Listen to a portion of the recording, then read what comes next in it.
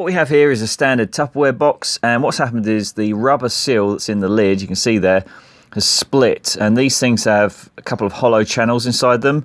Water's gotten in there and it's just gone black and mouldy. So thinking to myself, I'll just go online and buy some new ones, replace it. Not so easy. Every single one of these Tupperware boxes is different. It really helps if they standardise these things. I mean, who really cares whether your Tupperware box is a standard size? So as you can see here, you can actually get replacement seals, and they come in a roll. In this case, it's 2 meters for £16. Now, obviously, you're not going to spend that sort of money on a Tupperware box. You just buy another one because it's way, way cheaper. The other thing is they're not all identical sizes. 5 by 7 millimeters, this one. And as I said before, you can see that it's got these 2 open channels in it. All of them are different sizes as well. So I haven't seen any more on Amazon. This one's on Amazon, but the rest you can get different sizes from China, but they're from direct-to-business companies. Not very easy, so it's a no-no. What we can do is repair the existing silicone seal, and for that you're going to either want some food-grade silicone, which I'll post a link to in the description for this. Again, whether or not you want to spend that sort of money on repairing it is up to you, or perhaps you just use some regular silicone. The easiest way I found to do this is soak it in boiling water with soap, a bit of dish soap, and then if you've got yourself a syringe, just suck some of the liquid up, because what you see here is this is a square, or rectangular rather, cross section. And you can just pump that down inside there, just to get some liquid in, really. Okay, but what the trick really is to get this out is once it's been soaking there for a while, you just need to put a bit of pressure on there and squeeze it along with your fingers. And you can see that it moves down the tube.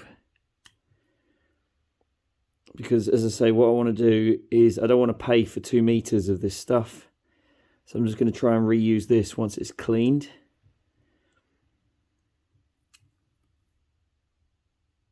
And I'm just squeezing all that horrible mould out of there.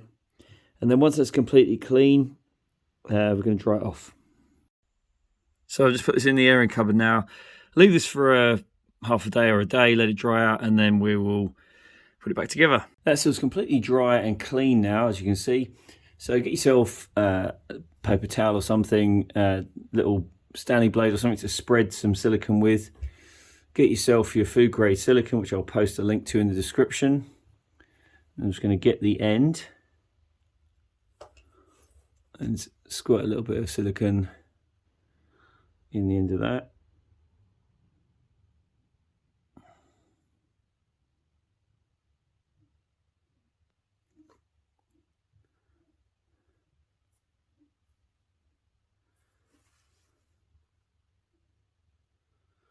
And then the other end.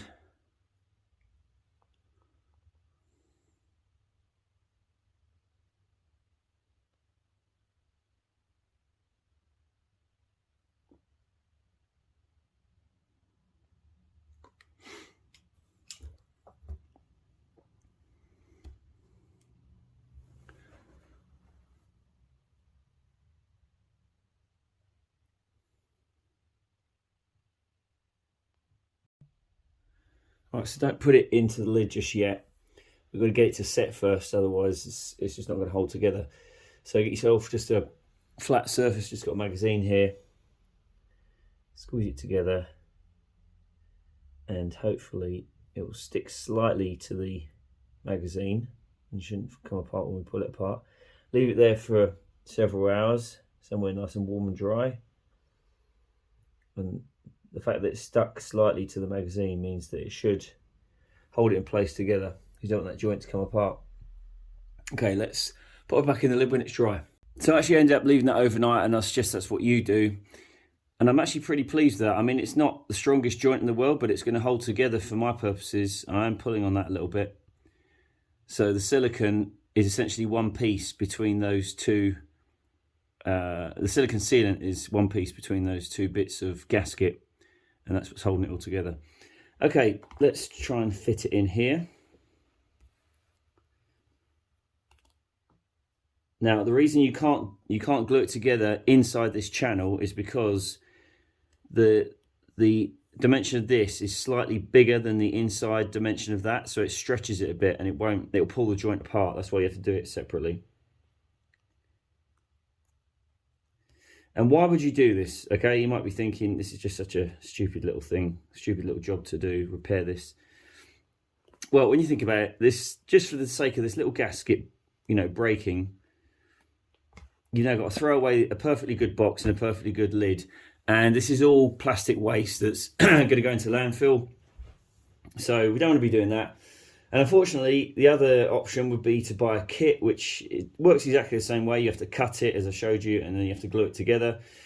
But it's expensive. And for the sake of just, you know, 5 minutes cleaning this out with hot soapy water, drying it off, and then just sticking a bit of silicone in the end. I mean, if you're in a real bind, you know, just use regular silicone you've got lying around your house. This part's not going to actually touch any food, is it? So if you don't want to use the food grade stuff, that's fine, as long as you're willing to take the responsibility for it. Okay, so that's it. I just think it's such a simple fix for something that is now going to last another, I probably had this 10 years, it'll probably last another 10 years. I never take that out. And now, of course, I won't get any bacteria in here because this joint is sealed. It's only because this was open and water was getting inside. But now it's sealed, it'll be fine. There you go, guys. If you like that little tip, please do hit the like button and subscribe to my channel. I'll be making more videos on repairing things like this, sustainability, permaculture, EVs, and so on. So we'll see you on the next one. Cheers, bye.